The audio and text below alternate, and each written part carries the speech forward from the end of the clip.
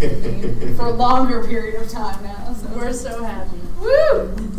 All right. So I like this quote. Does anybody know who Feist is? No. Oh, all my music references just failed miserably. And Maria's already laughing, so that can't be good. No? It's because I know the face. Like, do I know? Probably not good to put us together. It's fine. It's great. Okay. It's I know less now than I ever did about how life is supposed to go. It's relaxing. Everybody's just panicking at this point. Yes. I feel in front of the screen. All right. So we're going to do a little reflecting and discerning. What do we think? Should we do a little reflecting and discerning here? Yeah. I think that this is going to help us. Yes? Do we have paper? Do we have something? Phone we can write a note on? Yes? No, you're not going to turn it in. Seriously, this is for you. No. But I think it's important to kind of think through some of the things that you may or may not want. And I think for my journey through psychology, the things that pushed me along were really the things that I did not like. Right? The things that I was like, tried and was like, nope, gonna run away from that scenario. And then after I did that enough, I kind of got pushed towards what I ended up doing, and that's kind of what happened. So, I think it's important to write down 3 things you think you are good at. Writing, helping others, being a good listener, problem solving. It doesn't have to be school related, it could just be life related, right? Like, what do you think you're good at? You are good at something. By the way. Sam, yes, you are good at something. Okay? All right? 3 things you don't, maybe that's the easier one. 3 things you don't think you're good at?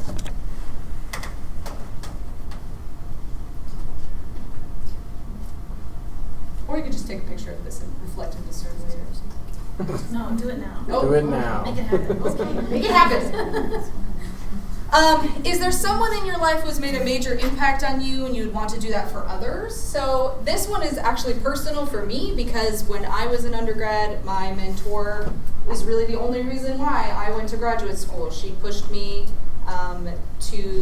she just pushed me, just frankly. Like she was dragging me across the finish line at all points. And so if I really thought if I could do that for somebody else, that would be, right? So like think about somebody in your life who's made a major impact if you want to do that for somebody else. I really like the way you could phrase that. Of like, I also want to kick and drag people screaming. Well, that's not, I mean, it's pretty on brand for me though. It is. No, I mean, it's totally on brand. What 3 jobs would you never want to have? Again, sometimes knowing what you don't want to do I think is important, right? And then being honest with yourself, and if you actually see yourself continuing on with school, like being really honest with yourself about graduate school, like does that seem like a good idea, or is it just instilling pure panic in you at this moment? Particularly after psychopharm. Just kidding.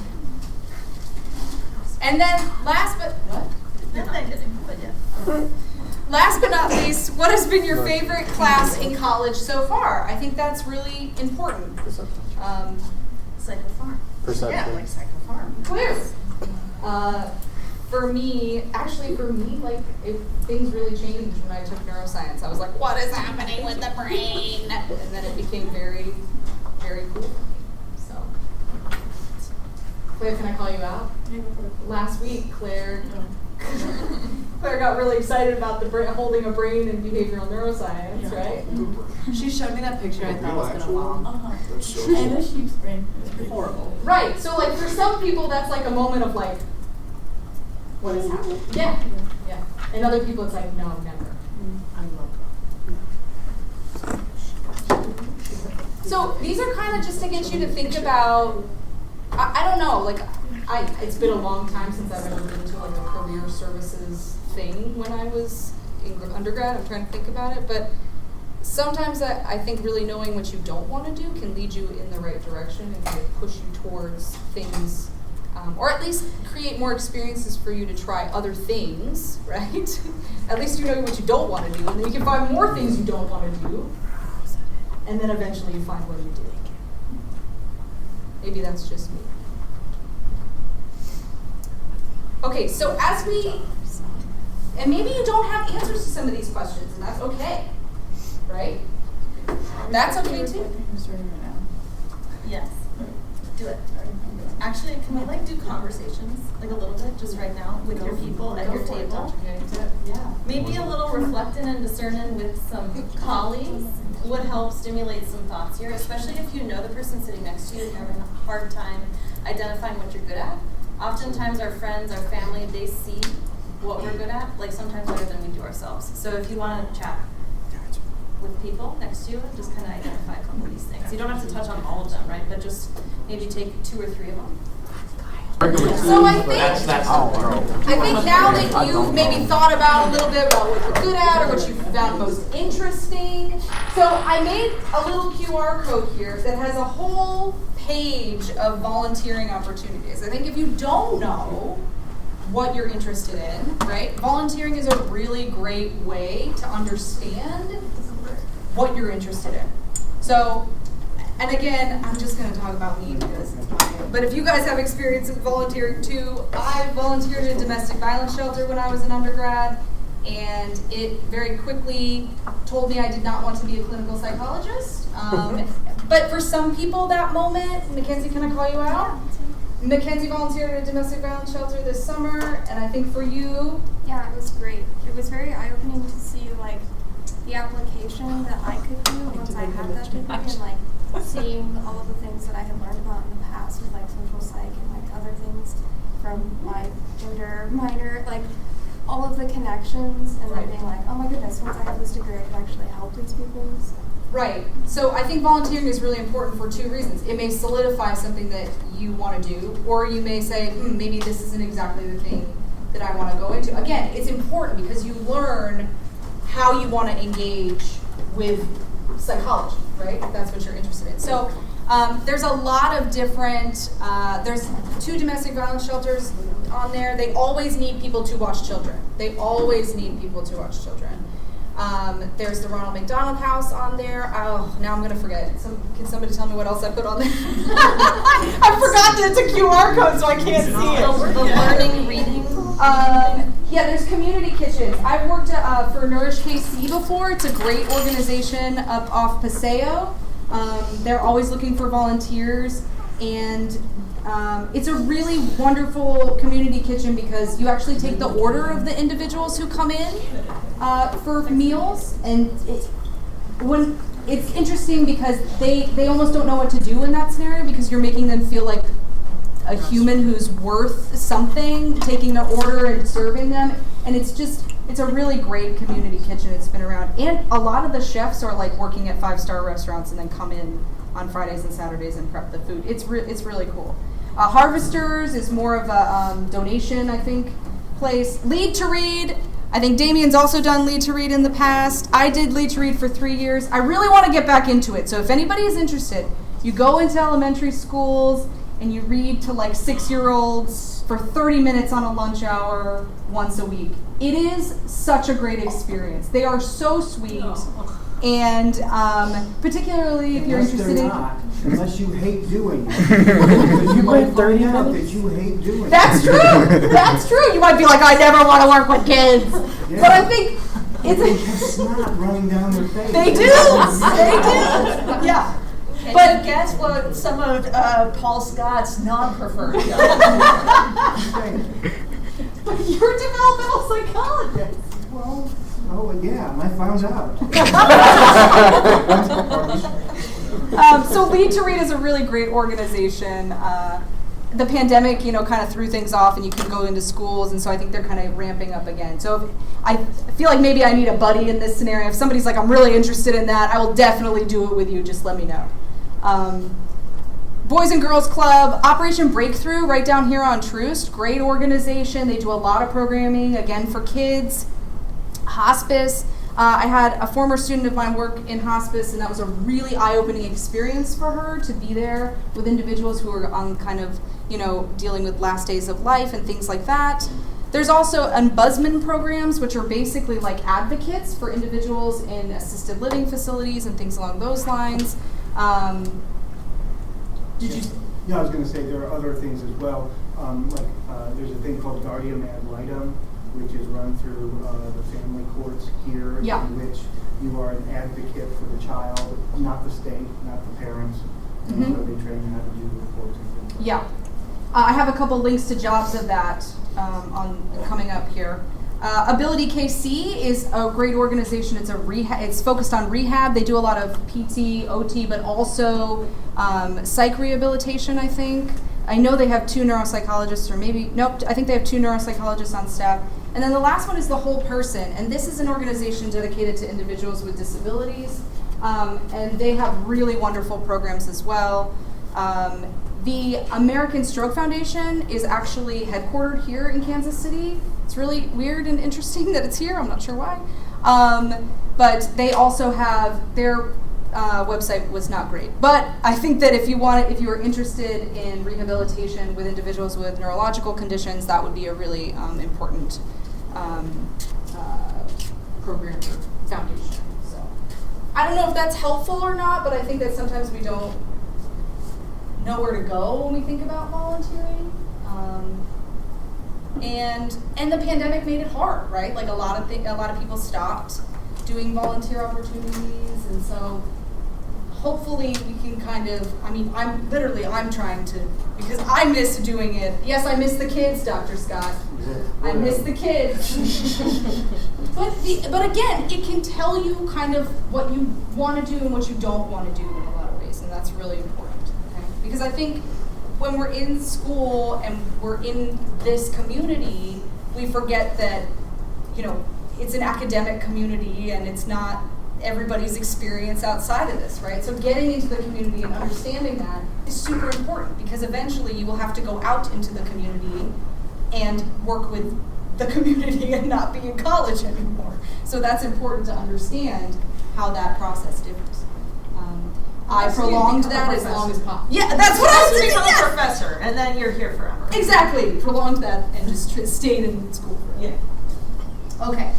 So at this point, I want to say, be proud of all that you've accomplished, right? We may be thinking, wow, what's going on? It's okay. You've accomplished a lot. We've been through a pandemic, right? But you've accomplished a lot. Don't get down on yourself, all right? Don't do it. All right? You define the success in your life, no one else, right? And so it's really important to think about how you are going to define that success, right? Okay? What, Dan Dan? feels attacked. Laughing at that second little bullet point. What? Laughing at that second little bullet point. Yeah. Kind of funny. So you feel like I'm personally attacking you? Yeah, a little bit. Okay. All right. So, Oh, yeah, what can you do? why? How do you? There's a lot you can do with a bachelor's degree in psychology. What? A lot. So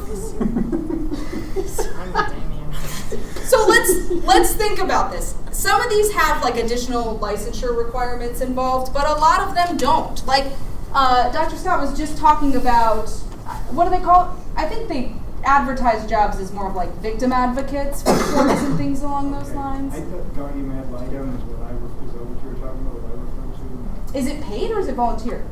I'm not sure what its status is. Right Yeah. now. Yeah. There are, okay, so let's start. Where do we even want to start? Where do we want to Children start? and families, because you've been talking about kids the whole time. Yeah, okay. No, sorry. All right. I got you. All right. Yes. So all of these things right here usually just require a bachelor's degree. So a lot of domestic violence advocates, family support coordinators, a lot of care coordination and things along those lines. There's a link. In the next page, I have a whole QR code. There's 2 pages of job ads. I think what's interesting is that you don't really think about the words involved in searching for jobs with psych. You just kind of type psychology into Indeed, and then you're just like, oh, I don't have a master's degree. right? Yes. Yes, okay, I've been okay. All right, so, but the one that I recently saw was like community outreach individuals. The names are what's confusing, right? Because people like to name things, all different things, but it's the same thing. So anything involving coordinating support services, foster care. I wish Katie was here so she could talk about her work with the foster care and being an advocate for those individuals. I think she's specifically attached to one girl. Yeah. And she's an advocate for that individual. She does that full time through Foster Care Connect. I don't know the name of it. I think that's it. That's right.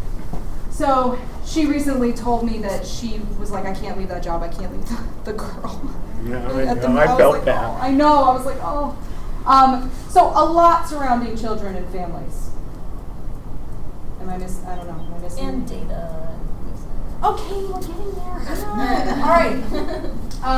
Health-related situations. A lot of things involved here. There's a lot of substance use advocates or counselors coming out that only require bachelor's degrees. A lot of centers need people to facilitate groups and coordinate care and things like that. So you don't actually need a master's degree sometimes to work with that population, which is interesting. Yeah. Sorry. What is a mental health or psychological technician? Yeah. So sometimes they're called behavioral techs, but a lot of times these individuals work on inpatient floors, inpatient clinics, and there's actually a bunch of jobs through KU and through, I can't remember the other one, but they're up there. Essentially, it's like you're like a CNA or a certified nurse assistant for a psych ward. Does that make sense? You coordinate patient care. So I've had a lot of, sometimes Remember watching One Flew Over the Cuckoo's Nest? Yeah. Like that, but good. But that is right. So these individuals kind of coordinate care, manage patients, do a lot of paperwork. I had one of my former students, she did this for a year and then still didn't know what she wanted to do in psychs. She went to a general master's program and then she went to a PhD program in forensic psych. And now she works for, she does therapy and assessment in the prison system in South Carolina.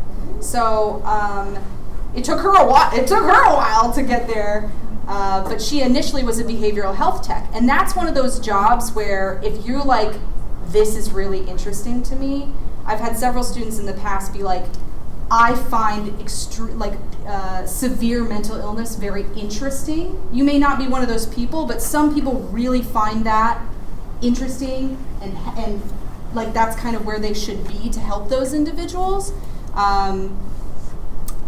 That's where you really learn this in that scenario, right? Because you're going to see very severe cases in an inpatient unit. Does that make sense? And these jobs are kind of in high need. Like I think I saw 6 of them right now open. So, and it looks really great if you want to go on to get a PhD in clinical or a master's degree in clinical. That's a good way to maybe take a gap year, figure out if that's what you want to do, right? And then go to clinical programs. So. Can I jump in there as well? Go. That notion about a gap year or working, I think that's really valuable. Absolutely. But it's not just the work that you do. It's going back to that slide that I walked in on, which is reflective and discerning, and making sure that not only are you doing work in the job that year, but you're also doing work in identifying what do you like, Yeah. what do you not like, what would your next step be,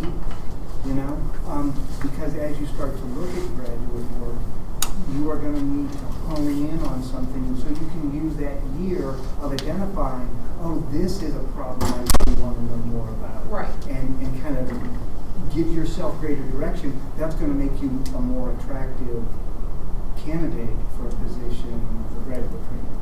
Yeah, absolutely. Because if you can better articulate why you want to do what you want to do, that comes across and you will, right, in terms of application materials and things along those lines. And that's also going to help you find programs. Right. Because there will be some programs that can give you further training in that area.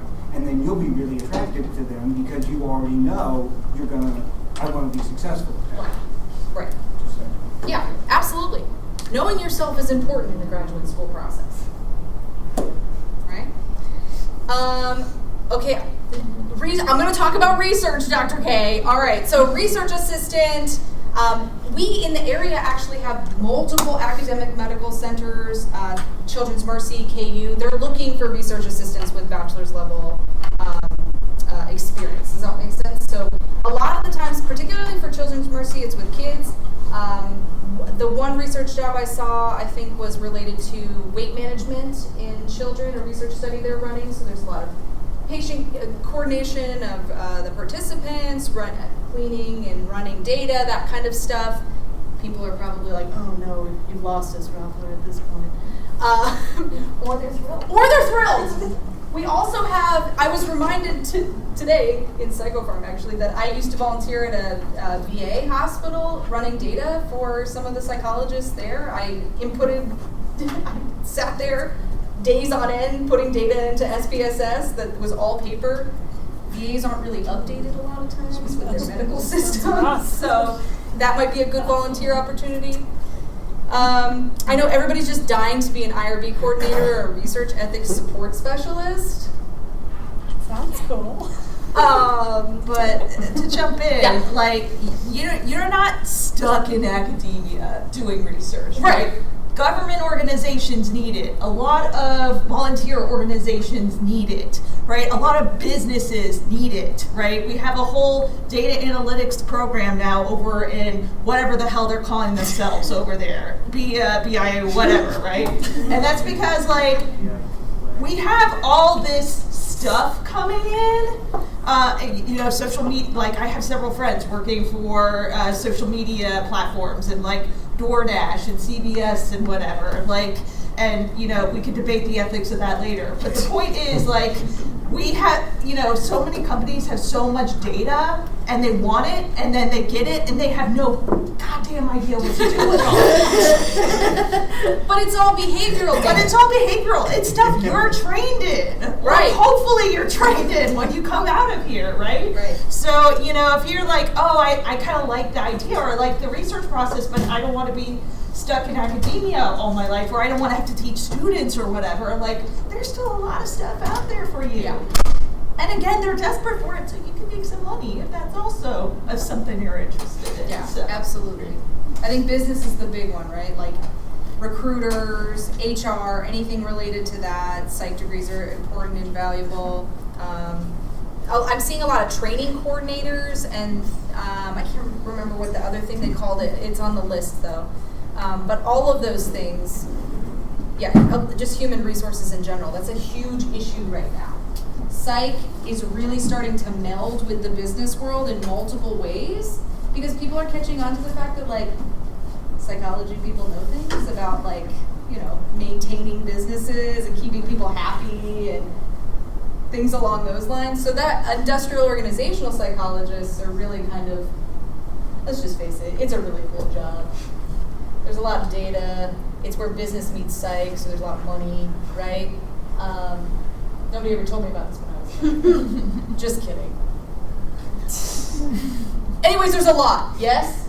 I don't know, is there anything I didn't hit that you're like, what is happening?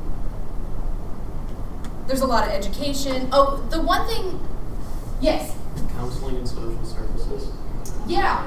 So there's a lot of job ads related to that. You can become a applied behavioral tech. I can't remember what they call it, but most of these individuals do behavioral therapy with children with autism or behavioral disorders. You don't need a master's degree to work with those individuals. You just need a licensure, which I think is a short process to get. It's not like an extended period of time. I want to say you can do it in like a semester. So you could do that with a bachelor's degree.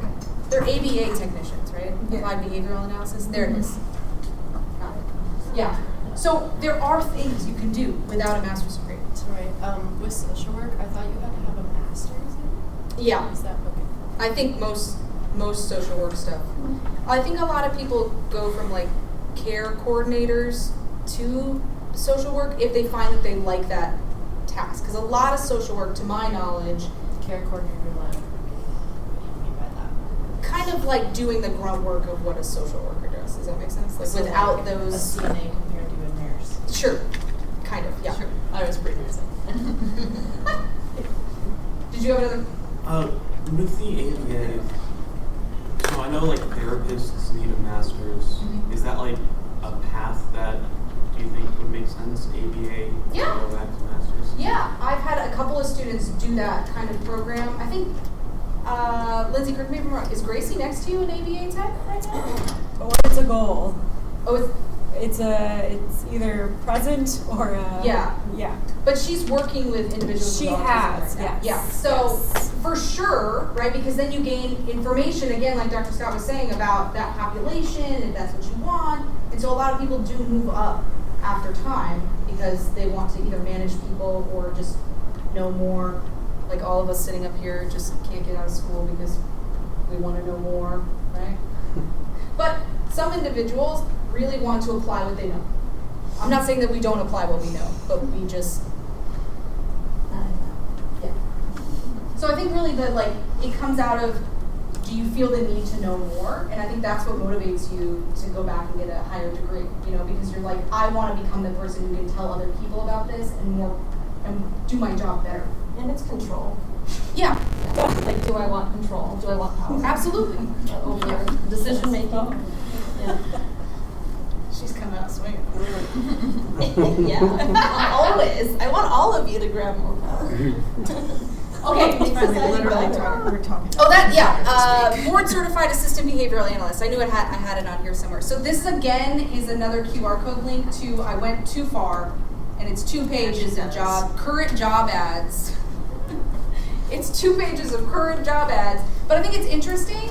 The one thing I suggest if you're even if you're like a junior or a sophomore or whatever, the one thing I would suggest is go look at the skills section. Look at the skills section of those job ads. What do they want? Right? That's important. But all of these only require a bachelor's degree. So, you can go tell your parents that it's going to be okay. Literally. Like, over Thanksgiving, if you've looked at this list, you can be like, okay, Here. You want to know what I'm doing with my life? Yeah.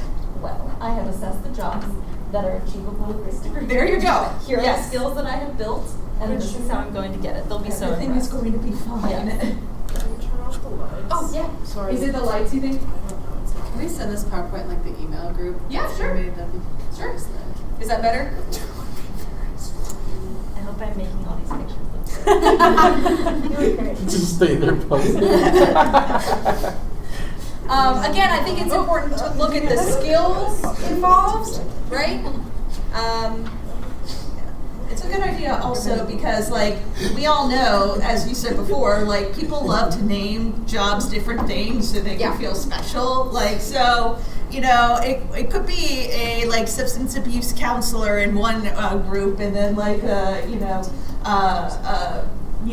Care coordinator. care coordinator or something in another one, and you're so if you're just focused on the title, then you might miss they're called different things, but I do basically the same thing that I did in this other job, so Right.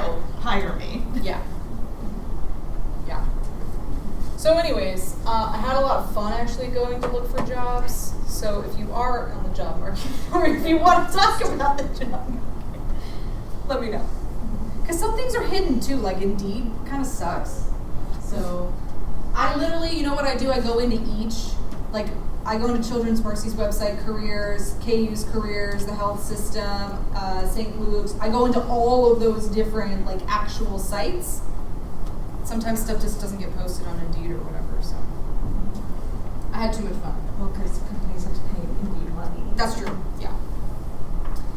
Okay, so now I get into what do you need if you want to do master's degree level work. So a licensed mental health counselor, or an LPC, a licensed professional counselor, is somebody who has a master's degree who is licensed by a state board, right? Typically those programs are 2 years. There's not that many in the area, but I do know Avila has a program, and I want to say Washburn out in Kansas has a good program as well. And then St. Louis has a couple of programs, master's-wise. But they do a lot of different things. They can work in private practice, community agencies, behavioral health organizations, treatment centers, counseling centers, right? Everywhere. Education or school psychologists, assessment, a lot of this is testing, right? Like testing for different disabilities or disorders, planning for at-risk students. Typically, I don't know that a school psychologist really goes to a PhD level. Most of the practitioners I think I've seen have been master's level. Yeah. For a lot of things. Yeah. So that's really if you kind of intersect with education. It's a good, and they're always looking for these individuals, right? I think the need is really high. And then you get on the academic calendar without the bother of the PhD. There you go. That's true. Yeah. The summer off is nice. And then there's our friend, the industrial organizational psychologist. Okay? Oh no, what have I put down here? Oh, talent analytics. What is that, Dr. Roffler? To help you decide what to do with your money. Well, so actually when you get a job, they, like, you know how in Banner and all the things you import all your information and the school has all this information on you? When you get a job, the same thing happens. They take all this information about you. Big companies need people to analyze this large amount of data, right? So they need people who have a psychology background and understand people and data. Does that make sense? Together. These people are in high demand. You may know something about this, and the growth rate for this job is like 20% in the next 20 years. So it's huge. And they're not always called industrial organizational psychologists, which is another annoying thing. Sometimes they're called, like, again, talent analytics or, what else do they call it? Like, business world has weird terms for this stuff, like research associate related to specific things, or I don't know, it goes on and on. So it's those things the business world acts like, well, we've just discovered this, and us psychologists are over here like, yeah, we've known this for 50 years, hi. Pretty much. And then comes the big one, the PhD, right? If you want to be a clinical psychologist, there's a lot of different fields. Neuropsychology, health psychology, which is normally in an academic medical center or hospital or some kind of private practice. Academia, integrated care, which I talk a lot about in health psych. Integrated care is becoming a big thing, right? Clinical psychologists are starting to be on the forefront of doctor's visits, right? So if you have some kind of behavioral change that needs to happen, there may be a warm handoff to a health psychologist or a clinical psychologist. That's the way of the future, we hope. My husband works in an integrated care clinic for memory patients, so it's a memory disorders clinic. A nurse practitioner works with him.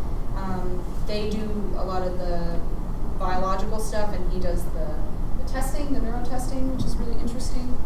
He also works with a Down syndrome clinic, which is really cool too, because they're a model for Alzheimer's. I feel like I need to tell people that because people don't know that. Did you know that? Individuals who have Down syndrome almost always get Alzheimer's disease. Oh, yeah. Okay, anyways, forensics. Yes, whether or not you believe it or not, clinical psychologists, they do a lot of forensic work. So I think, I don't know, like, I know you guys watch, like, Criminal Minds. Yes. Okay. Oh. And you see a lot of these people doing, like, profile. I don't know what you're seeing out there, The but behavioral analysis unit, the BAU. okay. Isn't that fair? But most Yes, okay, it but is. most of the time these forensic clinical psychologists just assess. They do a lot of testing. It's like actually very. I mean, it's not boring. It's really cool. Like a psychological testing? Yes, a lot of it is like fitness to stand trial. A lot of it, or like you become an expert witness, or you do independent medical evaluations of an individual. A lot of it is really boring, like you get into a car accident, you need to know if somebody sues you or if you get sued by. Does that make sense? Like it's very procedural, but it's a lot of assessment based. The Criminal Minds stuff, I think, is kind of not really the norm. I don't think It there's is so very many. good. But there, I probably a handful of those people in reality, right? Like, I don't know. I don't watch it's- Criminal Minds.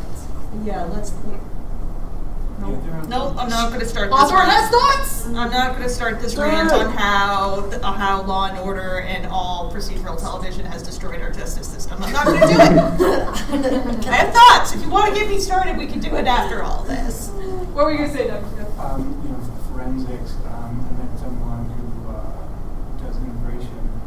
Yeah. She works, and so this individual has a PhD in clinical psych, and she's doing evaluations of individuals who are looking for asylum or who are in the immigration process, and have they been assaulted, or what's their living situation, are they being coerced in some ways, and things like that. So that's part of the whole court process. Yeah, I think it's not as exciting as TV makes it seem. It's a lot of assessment and testing and reporting. But if you want to make a contribution to somebody's life, yeah, absolutely. That's a huge contribution to be able to evaluate them and make a meaningful contribution, to provide a report in a situation like that. For sure. So, there are some procedural elements to it, but. What? I'm not biased. But my former student, like I said, she works for the prison system and does a lot of assessment and evaluation of prisoners, right, or those who are incarcerated. And so that's a big field too, of people who psychologists who go into prisons and work in prisons. So, I mean, it's just, I think when I hear a lot of people being like, ooh, I want to be a forensic psychologist, that's not really a thing. It's a clinical psychologist with a focus in forensic work that kind of goes deeper, right? You can do immigration, or you can do work with prisoners or individuals who are incarcerated, or in medical examinations. So it's more multifaceted than that. The second one is you could just become us. That would be cool. Research, teaching. It's great. Anybody want to join in on that?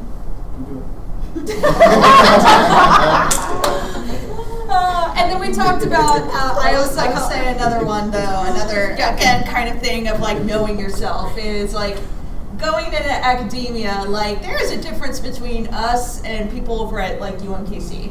Big difference. Yeah, big difference. Like, what we call like R1 institutions where it's basically you're, the 500 people in a class. And it's like they're teaching, but that's not really the reason they got hired. Like they could get really terrible teaching evals and never meet any of you, and they'll still keep their job because they're pumping out research.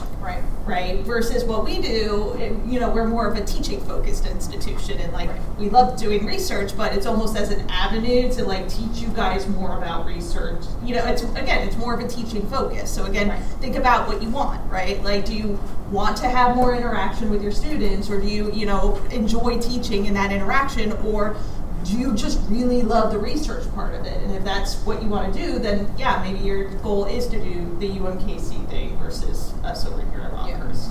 Yeah, that's a good point. That academia looks different. Yeah. Academia looks different, and 30 years ago, when I was going to graduate school, my dream job was a place like Rockhurst. My dream job. And if you would have told me at that time, oh, this is what your day looks like from 8 until 5 p.m., I would have been like, no, that's not my dream job. That's not what I. But here's the thing: is over this time, I've still grown into this job, and it is still my dream job, even though it's not what I thought it was when I was coming into it.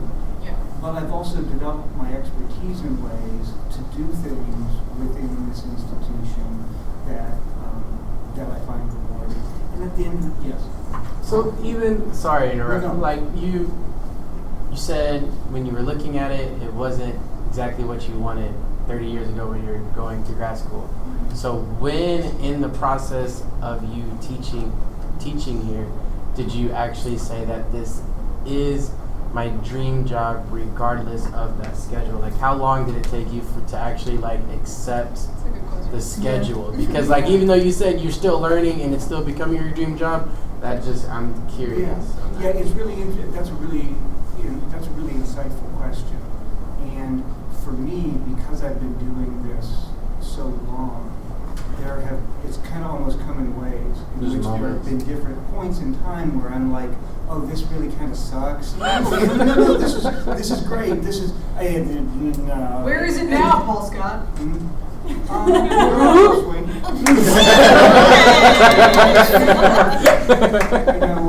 At the end of the day, one of the things I really like to do is what I'm doing right now, which is talking to smart people who are young who want to do something with their lives, and that's what I get to work with. Yeah.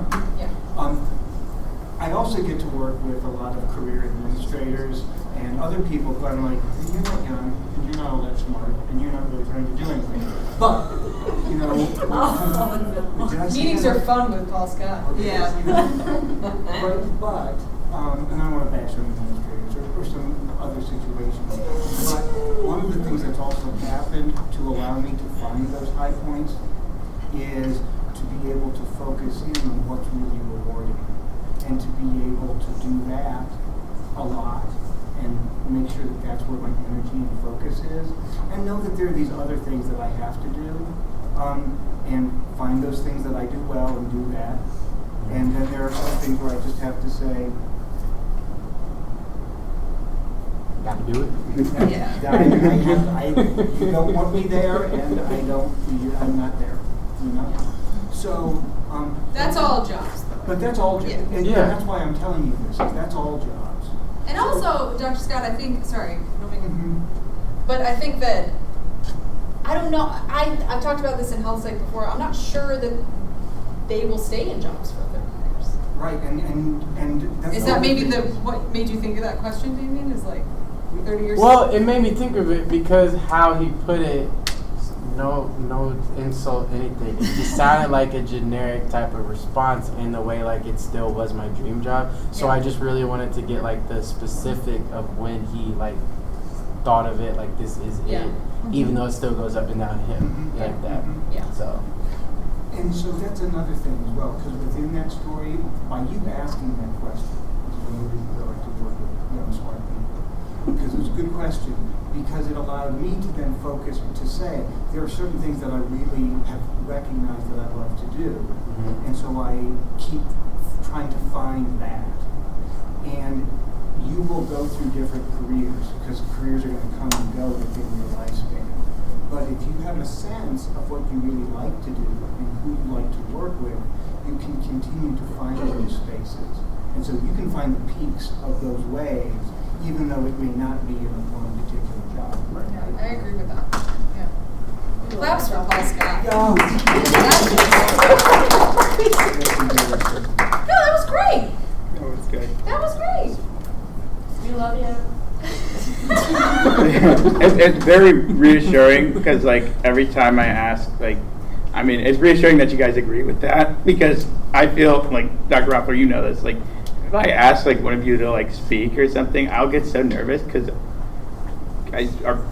you have your PhD, like what are you doing like sticking around with us, like The only difference between you and us is time. It's true. That's really Yeah, and also never like, everyone's like, you have your PhD. PhD just means, we're maybe just a little bit more willing to make it. Like, people with PhDs, like, oh, they must be so smart. No, we're just like stubborn and, probably, do things for too long or. it's just something that It doesn't mean that you're smart. I know so many stupid PhDs. at the end. They're smart in their one area, and they're just so stupid outside of that area. Is it competitive to try to obtain a job at a community college as a professor in psychology? You would pretty much need a PhD because it is It depends on competitive. It depends on the community college. Okay. Kind of within a teaching organization, they often have rules about how many individuals need to be at the terminal degree, which is kind of the PhD. It's interesting that they use the word terminal in that way. Kind of like a death sentence. Sorry. No, did I say that? Did I say that out loud? Okay. Here's the other thing, though, right, is typically in terms of teaching, you have to be one step above who you're teaching. Yes, So if you're that's teaching how it works. Yeah, that's undergraduates, you right. have to have at least a master's. Okay. If you're teaching masters, you have to have a step above a doctorate of some level, typically. And again, you also have to look at what they want from you, Yeah. So, another thing about teaching is I love it. So you're talking to somebody who likes it. The other thing I will say is that we get a lot of our adjuncts that are applied, right? And so that's important too, is that people who do this work actually want to teach about the work that they do. Like psychologists are very interesting in that they do tend to want to teach, even just in the adjunct capacity. Right. Because I feel like that's part of what being a psychologist is a little bit, is helping others know more about themselves, right?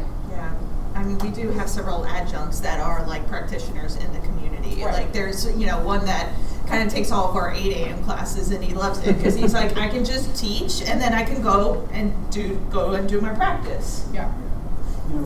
And so there are other ways to teach that aren't being a teacher. Like you said, grading, worst part of the job. It's awful. Absolutely the worst I'm over part of the 100 job. on campus right now. Yeah. But if you were working for a government agency or a public policy, you might have to be doing things where you need to educate certain people Yeah. about issues, and you are teaching about areas with public of it. policy? Yeah, that's interesting. and so you can think about, if you think to yourself, gosh, I'd love to be a teacher, well, you could do it without crappy books. By Yeah. finding areas, Sure. in which you can help explain ideas and help people better understand things and make good choices. Yeah. And I think, I don't have PsyD up here, but PsyDs, who are clinical psychologists, often focus more on teaching the community. They focus on interventions for the community, but they also teach as well. But they're a much more clinical focused degree. A PhD is really a research focused degree. Mm-hmm. You do a dissertation. Yeah. Whereas with a PsyD, it's more clinically focused. You take more courses and there's less research. But it's more public policy aimed. Sometimes, because a lot it of could be also just very much like like practice versus Yeah. I think I heard someone say it was like, if you get a PhD if you want to go like work in a hospital and like oversee research, you kind of get a PsyD if you want to go and like kind of work more with one-on-one with patients, and both can do both, but Yeah. a PhD kind of gives you more research opportunities that a PsyD wouldn't. Yes. Like a broader scope. Yeah. There's weird stigma around it too. Which Yeah. There's also Yes, that. because you have to pay for a PsyD, which is which is a whole thing. And I But think- there is less competitive. sometimes it depends on the program. Like Baylor has one of the top PsyD programs because they run it like a PhD program, and they pay you. But other places don't.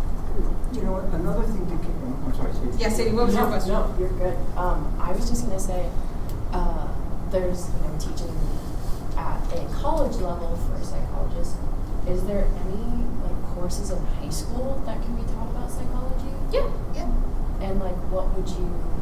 It would depend. So like right now, we have a few, specifically right now, one ACCP program. So it's basically like dual credit. Many colleges have some version of it where you take the class in high school and you come in with college credit. So we have one of those right now at Liberty North for psychology, where they're coming in, they basically have intro to psych done. But there are some restrictions on that, like the guy is retiring after this year, and you have to have a master's to teach in an ACCP program for us. So like a lot of high school teachers won't have the master's, right? Because why do they need it, right? So, and it's, hopefully they can find someone to replace him because it's a mutually beneficial relationship for all of us. But yeah, it depends on. You can certainly take a psychology class in high school. It's just, what level of training you need depends on what they need. That's so. I was thinking, to be a psychology teacher in high school, is that even a job description? Is there even I don't know what I'm saying. I don't know how many sections, because I know there's minimum sections you would need to teach a course. Like I don't know. Yeah, like he's got this one individual is teaching 6 sections, he's a full-time. Just doing psych?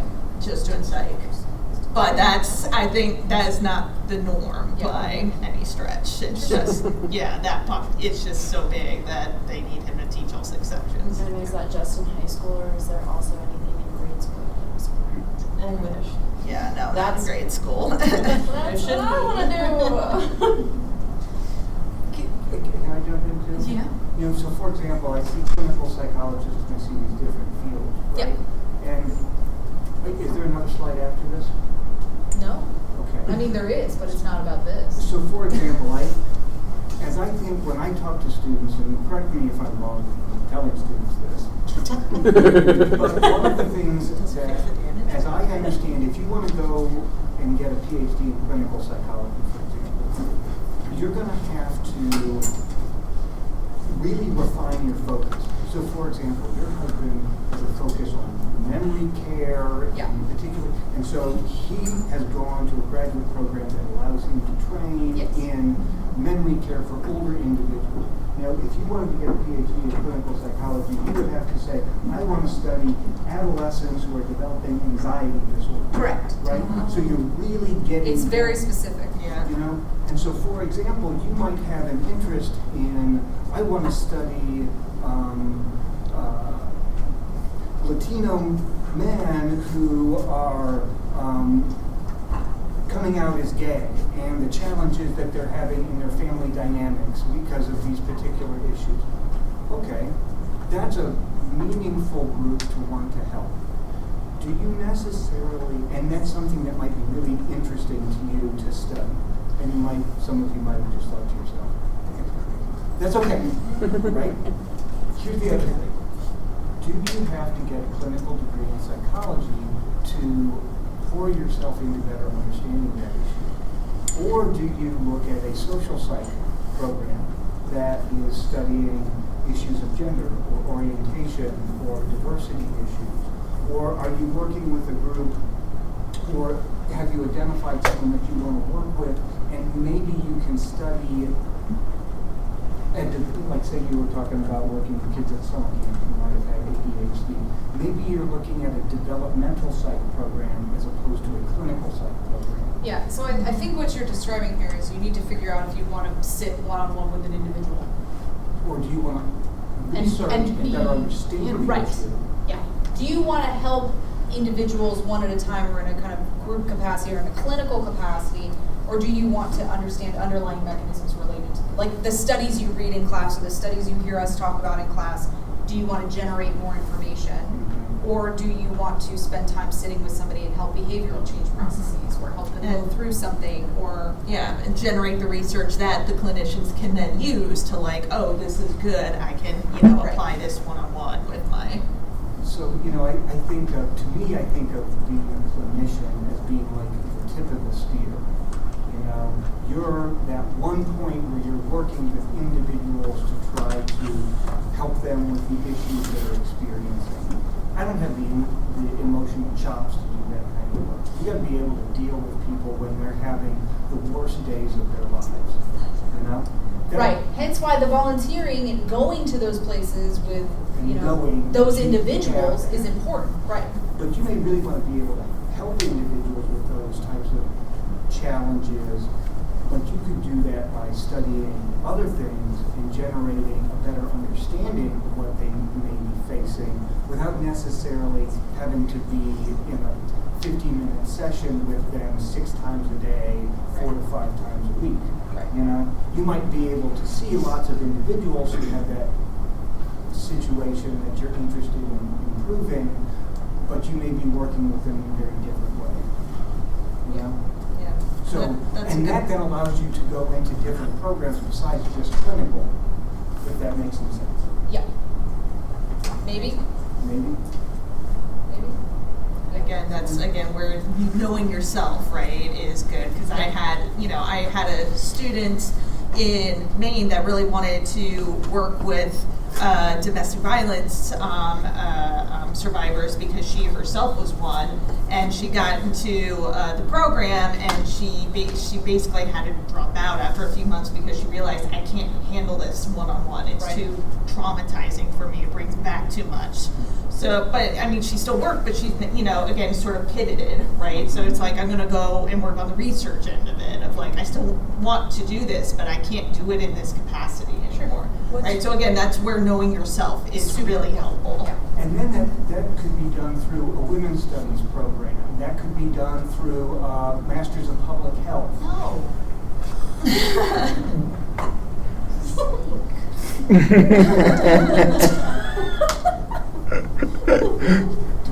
You've been shut down. That's enough. Yeah, that is psych club, not social. No. Next slide.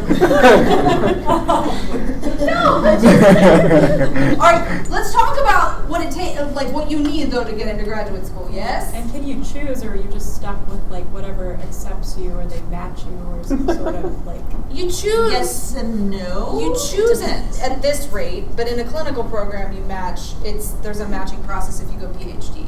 Right. But if you're so here's the deal. Typically, the rotations for PhD programs, if you're going clinical, they start December 1, right?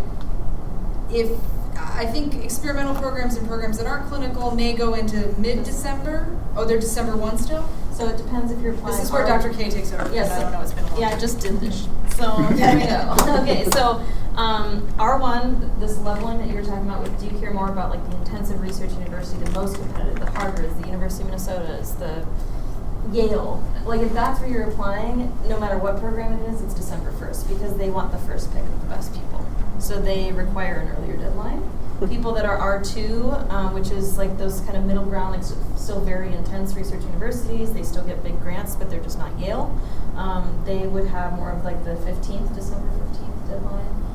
And then R3/masters, then we open it up and we say it just depends on the program. Yeah, master's programs I've really seen go all the way out until like May sometimes. Yeah, because if you don't get PhD, they want to catch the leftovers, right? Yeah. And not to call them leftovers, but like you know what I'm saying? Like they want to catch folks who still want to do it, but Right. just didn't get in the particular way they were in. And the thing is there's a weird period of time in January to March because all PhD programs kind of have to make decisions by March 15th, I think, or around that.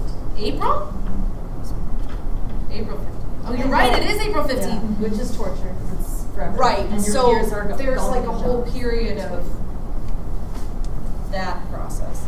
But some people know they don't want to go PhD, and that's fine, right? It's, or whatever. Master's degrees are still great for individuals who want to apply what they know and learn those skills. I think that's really important, and that's what a master's Can we talk level. about the two types of masters? Yes. So I'm gonna run away. So just the slight difference of like there are terminal masters where you're going to get that as your end degree and you're specifically seeking to work with particular folks out in the public sphere, working directly. And then there's the non-terminal masters where you're going as a level up step to make yourself more competitive to eventually go on and get a PhD. And then different programs have different requirements in terms of do you need to do a thesis, a master's thesis, which is the big ultimate like research project, or do they not require that? And obviously for many of us it's like, oh yay, no thesis, fantastic.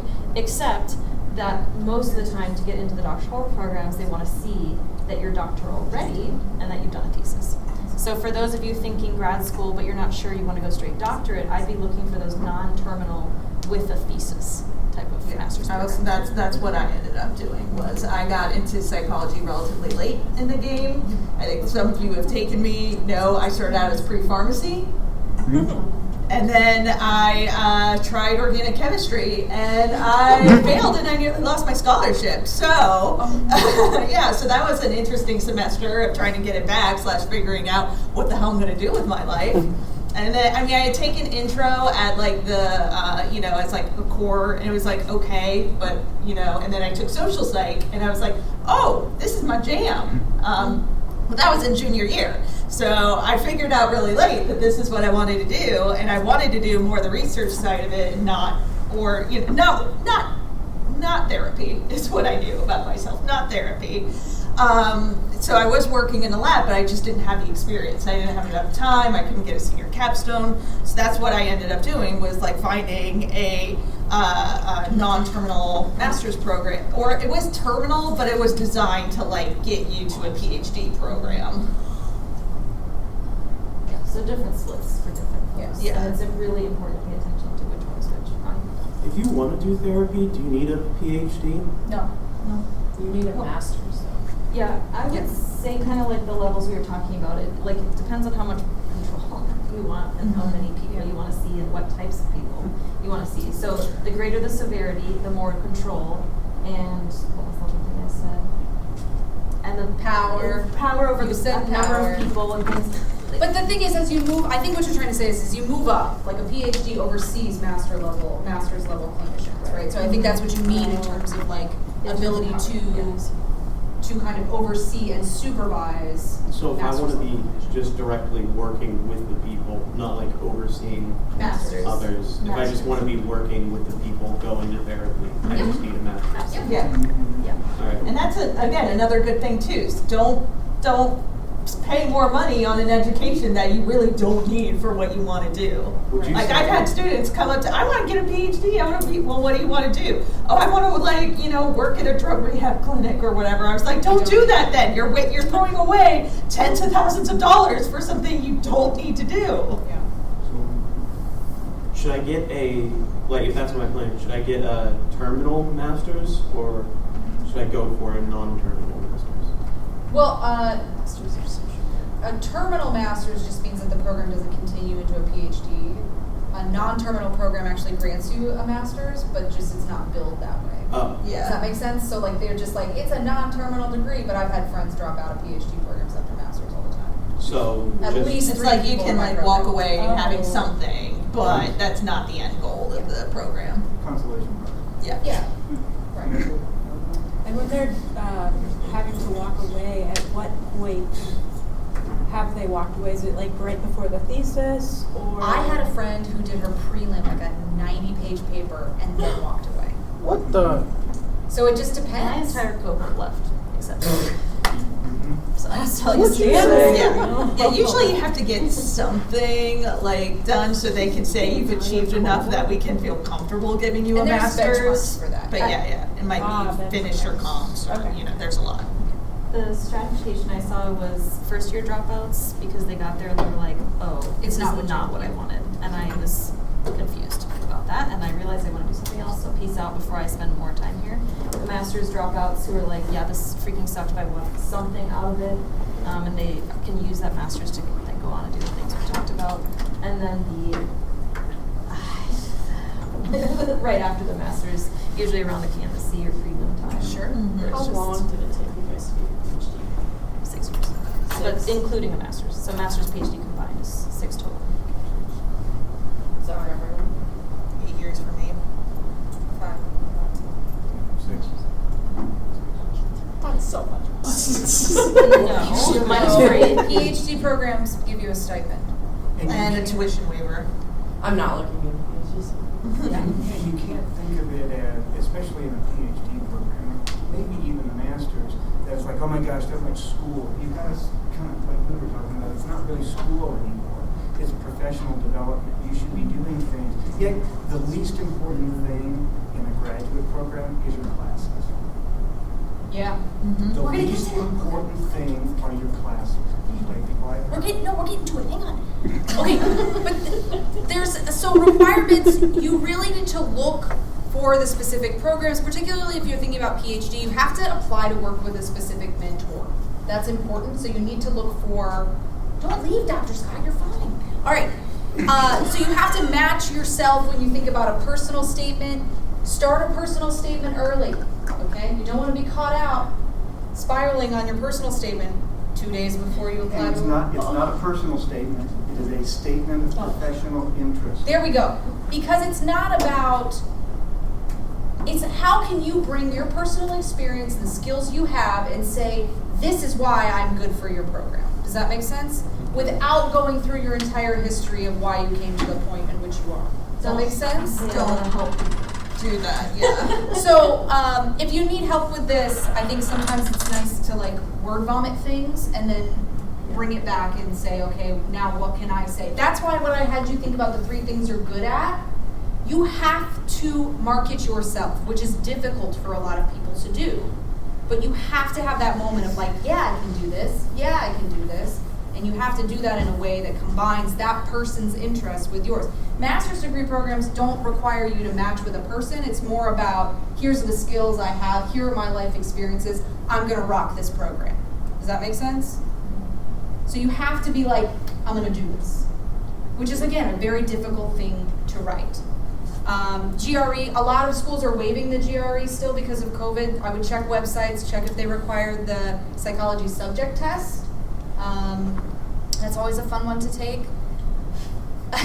So personal statement, CV. CV is like a resume but for academics. So I have examples of those. I can post some of those. But to make yourself competitive, research experience, volunteering, grants, awards, jobs, students, organizations, all of those kinds of things, being involved, that's really important. And then I really want to talk about letters of rec. You need to give 6 weeks. Period. 6 weeks. Most professors will not. It's like, I have a thing 3 weeks from now, I'm like, no, not enough time. Sorry. You need 6 weeks. And here's the thing. Do not email me saying, can you write me a letter? And then proceed to not give me any information about yourself. If I'm going to write you a letter, I want your CV. I want your personal statement. I want to write you the best dang letter I can write, and that does not involve you saying, can you write me a statement? I don't know. I don't know what kind of jobs I don't know what you guys do. I find out all the time new stuff you guys are doing. I'm like, what? What's happening? Okay, so to write you the best letter, I need that information to then form this picture of, oh, you need this student. Does that make sense? And if we're going to be, if a faculty member is going to be able to write a letter about you as a potential professional, you want to set aside time to talk with that faculty Absolutely. member. Because when you sit in my classroom, you can be a successful student, but I don't know what your interests are. I don't know what helped you be successful. There's so much I don't know. And so it's to write that good letter, which is what you need. I need to know why you want to go into this field. I need to, let's talk about what you did in my class. Why were you successful? Why did you pick that? Why did you do this? And I can then start to address, what are your skills? What are you good at? Why will you be a successful student? Because that's what we need to put in there. And so that can't be done in a couple of weeks, you know? Yeah, there's a difference between a letter and a good letter. Yes. Yeah. A good letter, I don't know, on average, it takes me probably, for one student, probably, 4 or 5 hours. Yeah. And that's, A good letter. And that can't be put into just one block of time. You got, Yeah. when we write, if I don't do 6 drafts of something, it's not good enough. Because that's what professional writing requires. Mm-hmm. You know? So And let's face, you're not the only one asking us for a letter. We've probably got, several letters that, of students that want us to write them a letter. This is another reason why we need 6 weeks. And the information. Yeah, I used to review graduate applications, and you can instantly tell because of the size of the letter. If it's a good letter, it's 2 pages. Well, it's evidence-based. Mhm. There's detail. Right. If I'm It's getting storytelling. did great in class, if there's no context, it's a message to me. Does that Mhm. make sense? So set yourself up for a good letter. Yeah, if it's a generic letter, like, I felt bad for this person, or they kept, emailing me, it was like, that's maybe a paragraph or 2. Mhm. Like, yeah, they're cool. And also think about who you want to Throw that ask as person out. well. Right? Like I mean, Yeah. I've had people who it's another have been in the context, class right? for 2 weeks. Graduate students are getting hundreds of applications. So they're looking for easy ways to get rid of people. That's an easy way. It's like, So, you thought that. Next. Next. Thanks, Eve. Okay, so last but not least, I think it's important to think about what to expect when you get to graduate school, and it's less classes. It's a lot more seminar based, so when you take the seminar course for the major as a senior, it's much more like that. You are expected to participate. You're expected to talk. You're expected to have read. I had one social psych class where she just sat there. Yes. And we had to engage and create the conversation, and it was It was tough. I just kept trying to go biological, and she's like, "No, stop it." I'm like, "No, We're not interested in that. Yeah, Take your biology it's card very and small. get You out of here. can't hide. Maybe some of the larger classes, like stats, you can hide in to some extent because sometimes they're with other, but not really. A lot of the seminar classes are small. Difficulty managing your time because now you're in less classes and it's kind of more free structured, and you have to figure out how to fit stuff in even more so than college. Does that make sense? Yeah. Because your homework is like do a thesis. Right. Yeah. It's like so vague, and you're like, excellent. I'll get on that. How long should it be? On what? They give you no guidance. No. They're like, do what you need to do. Right. And that's part of your training is to figure out what do I need to do. Yeah. And so when you're in class, say goodbye, Dr. Scott? oh, he's gonna ghost. Yeah, that's Yeah, what he he says does. He does the Irish goodbye. He didn't even throw a grenade this time. Anyways, Sorry. the last thing I want to talk Wanted him about. to stay as long as he did, considering there were no cookies. I know. The last thing I wanted to talk about was imposter syndrome, and it's because I suffered from this for a very long time. Still. I am a first-generation college student, and so when I got to graduate school, I thought that I was not supposed to be there. I was like, why am I here? How did this happen? This is a big joke on me. I am not smart enough to be here. I don't know what, I'm like, what kind of, and took neuroscience my first semester. I got a C on a test. I cried my eyes out. I was like, I don't belong here. Then I ended up teaching the class. So anyways, it's a lot of that. Like, what am I doing here? Because, you just make assumptions about all the other people in your cohort. You're like, they're all smarter than me. They all know more than me. I have none, right? But it takes a while. And then you get on the job market and you're like, oh no, it's happening again. But eventually, how many years out am I from graduate school? Let's not comment. It gets better. But again, it's time, right? It's about time. But imposter syndrome is a real thing, and it's not fun. I'm so excited. But it's in the end, I think, the pursuit of more knowledge and trying to help people and understand people is really what we do in psychology, right? And that makes us, that's why in Psychopharm, guys, like, we're always just going like, what is happening? That's Literally the coolest today in part, class. right? The end of Is that class, like, I know. going to graduate school really affords you that ability to have those moments, because everybody else is going to have those moments with you, and it's really fun and exciting. Yeah, I remember one time in a Starbucks talking about like attachment theory with a friend at basically midnight. With a napkin and you're scribbling and things. Oh my gosh! And that, what's that history guy meme where he's like this with the chart? That was like us, but with attachment theory. Yeah. And I had that epiphany moment of like, this is what I was supposed to do. Yeah. Cool. Yeah. Because, and it's also like for me a big driving factor in pursuing this was like I don't want to be surrounded by idiots in my daily life. Like I'm just gonna be real. Like there's so many positions, functions, jobs in the world where you're just like, why are you the way that you are? I know why. We study it, right? But it's like I want to be with people that build me up, that challenge me, that make me feel like I have something to learn from them. I've had a lot of jobs around a lot of people. Kind of goofballs. Mm-hmm. That's a nicer way to say it. Many Yeah. of just many Yeah. jobs. She's Yeah, just it's- really nice. It would be nice to be surrounded by Yeah. Intellectual. Yeah. Sure. Kind of. Yes. I did Yeah. say that. Yeah, it would be. Question. Okay, so do you think an individual, hypothetically speaking, could work a full-time job and go to grad school? We were contractually not allowed. Many programs will not allow it. Grad school, not PhD. Oh. Master's degrees Masters will. will, PhD on average will not. I knew Because because part got of- in trouble for working. How do you even live So, then? I know Because part of some it, of and we know that's, And a PhD, you get paid. They give you a stipend. It's like not livable. I was gonna say. yeah, and it's Well, it tuition depends waiver. on the Yeah, grant. it depends. Yeah. Yeah.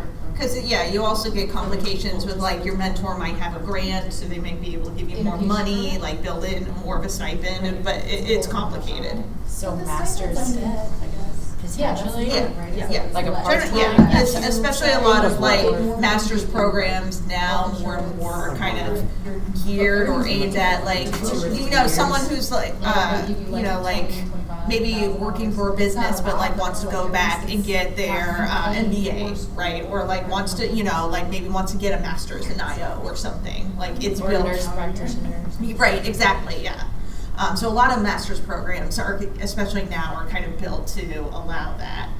PhD programs on average are not. And it's definitely a problem, and you know, a lot of people have been talking about like, who are we excluding by not really allowing this? And you know, when we think about diversity and inclusion, what are we saying? But you know, that's you know, just to be honest with you guys, like that's just not, as of right now, what I cannot say. You know, I'm not going to lie to you and say that. Oh yeah, you could definitely do it with a PhD. Like a lot of PhD programs contractually wouldn't allow you, and even just practically, even if they did allow you, you wouldn't be able to do it just because the work involved. Multiple clinical girls in my program got talked to because they were Mine was waitresses. dismissed because she was exercising too much. What? In her lab. She was, so she was a bodybuilder, so competitive, Ooh, wow. right? And so it was 2 hours a day in a gym or some extreme workout program. How do you even know? How And would they know that? her advisor had a requirement that she had to be butt in seat in the lab 60 hours a week, which is not compatible. 60 hours? And that's minimum. So mentors are really important when Yeah, you go let's to Yeah, a we have a whole discussion on mentors. So I changed mentors. So I went to SLU, I don't know if you guys know this, and I started with a professor who used to be a Jesuit priest, but then became a neuroscientist.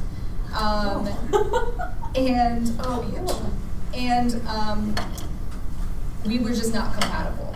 And I had to make a really difficult decision to change mentors, and I almost left the I was very worried about what I was going to do, but I just didn't feel like I was being supported, and so it was tough, and I had to be like, no, you have to do this for yourself.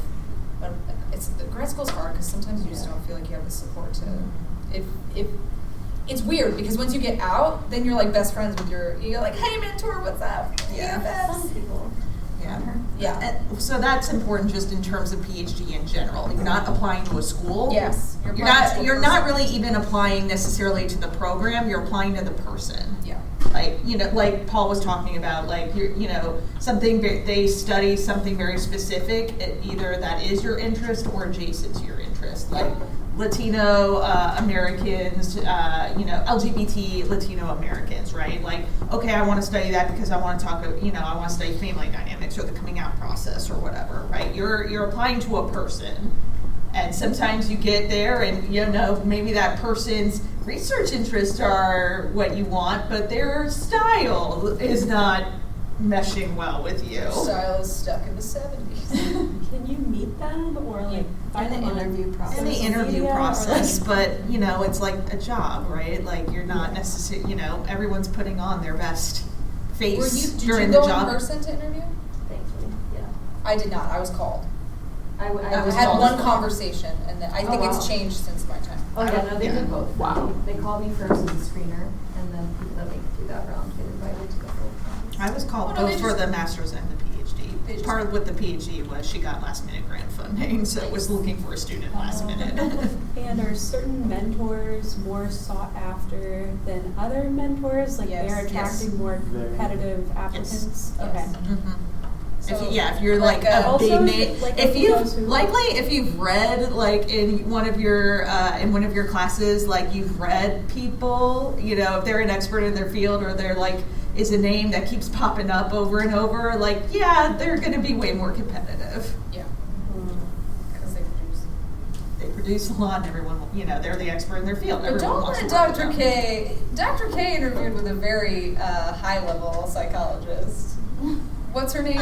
Change my Twainy. personality. Well, The generational generational lady. differences, yeah. Mhm. Yeah. And you said nope to that. I did. Yeah. Where did you go to? I was out at Kent State University with Catherine Kearns, who's an attachment researcher. And I loved family attachment theory because I wanted to apply the theory to friendships and romantic relationships. And so I actually applied to 2 people there. I applied to Kathy, who I ended up working with, and then Manfred Vindelman, who's more of a romantic relationship researcher. And because I was like, I don't know which one. So I was like, you decide. And then they, however that process happened, they duked it out, and she took it. So, Yeah. yeah. That's interesting. Yeah, it's an interesting process. Okay, we are coming up. I didn't think we were gonna go the whole time. Was this helpful? Is there another slide? I don't know. Let's find out. Oh yeah, there is. Oh my gosh. So I forgot to. I should have put Lauren on there too. But the No, that's okay. I'm all right not being on there. The thing is, you miss 100% of the shots you don't take, right? So why not? Go for it, right? What do you got to lose? Literally nothing. Money. Yeah. Time. Sorry. Passion. What do you have to lose? I didn't get into graduate school the first time. What? No. See, But and you're this is what we Dr. need to Rockwood. hear more of. Yeah, a lot I of didn't, students because- don't. Oh. Because I didn't understand the process. I was just kind of like, okay. Yeah, And my I didn't get in. Parents had to drive down to my college, force me into a hotel room, and sit there with me while I wrote personal statements because I could not get myself to do it. I was so anxious. Yeah, so, I had to take a gap year, forced gap year, because I didn't get into graduate school. What'd you do? I was a waitress for a year, and I worked at a VA and doing data analysis, and then I got in my second time to 3 separate schools. From Like I said, I switched to psych very late, and I when did I too, started I looking at did. PhD programs, I realized I'm not going to get into any of this, and that's what I started spiraling, and luckily the person I was working in their research lab with, who didn't belong at UF because she was way too interested in teaching and students. She actually ended up getting another job at a place more like this. But yeah, she just sat me down and was like, okay, number one, here's some tissues. Now that you're done crying, let's figure out what you can do instead. And, through lucky coincidence or circumstances, I found the master's program I ended up going to, so. Yeah. But I'm just really annoying, and I applied to SLU both times, and the second time I got in. So you think they just It's accept like, you 'cause your we name better is take up her or again? she's going to keep applying. Pretty much. You guys didn't all move, did you? What? You didn't all move to go to the places you were accepted? Yeah. Oh, yeah. You all moved, okay. Yeah. Yeah. And that's another good point. It's Like like you are cross-country. going to, if you were, especially a PhD program, that is something got you're it. probably going to have to accept, is you're probably going to have to move. I had never been to St. Louis. Who wants to go I moved to Ohio? Montana! And then Wayne! It's fun. And It it- is fun. The place I was like epic over exposure. I would live there willingly. Bangor or something like Bangor, yeah. Montana's pretty though, right? Yeah, for 4 months of the year if you like skiing.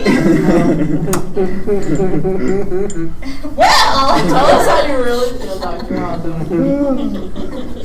see, one day I'm just going to do this in gender, and then I'm going to get a really bad reputation. It would be so much fun. I concur. I'm just going to scream at you all. You'll be like, "Ooh." Are you still teaching, what's the class that we took last year when we watched the Film. movies? Film? Yes. I mean, it will be. It's in my rotation now. Because that is an amazing class. Top 3. It was a lot of fun. Everyone should take it. Very much. Take it. Psycho, or was it psychology? If you're saying all these things to calm me down, it's working. It wasn't, but I'm so glad. It's Psychology. It doesn't turn off. That's the thing about psychology, right? You know why and being a PhD, you know why something's happening, but you still end up doing it. Because you're Wow. still human. I know I'm biased, That's and I probably know fun, it, but I'm human, so I can't stop being biased. Anyway. Yeah, I don't know. I hope this was helpful. Oh, Joe, did you have something you wanted to say? Oh yeah. Okay, so I'm the president of Active Minds. I just want to plug Active Minds. This is on Tuesdays at 9 p.m. Sometimes we meet on the quad, sometimes we meet in Aruba. We talk a lot about different mental disorders, like educating on that, and just like providing a community of students to like sit together and talk on Tuesday nights. So if you want to do something on your Tuesday nights, come and find us at Active Minds. And also, so Active Minds Week is not this week, like not the next week, but the week after, so October 10th. October 13th is Be the Light, and there will be students who are going to be sharing their mental health testimonies. If you would, it's called Be the Light. It's on October 13th. Oh, it was really great last year, Oh, right? it was so good. Will you you'll send me the? Yeah, I'll send you a flyer. Okay. And You're like, yeah, I'm gonna get you. Yeah, we'll be on Lower Berg, and if it like rains, we'll be in the party barn. But we'll have like cookies, hot chocolate, apple cider, and then yeah, if you are interested in applying to speak and talk about like your own mental health testimony or like something that's changed your life, you can reach out to me or like on our Instagram, and we'd love to have you like apply to share your testimony. But yeah, we're Active Minds. Yay.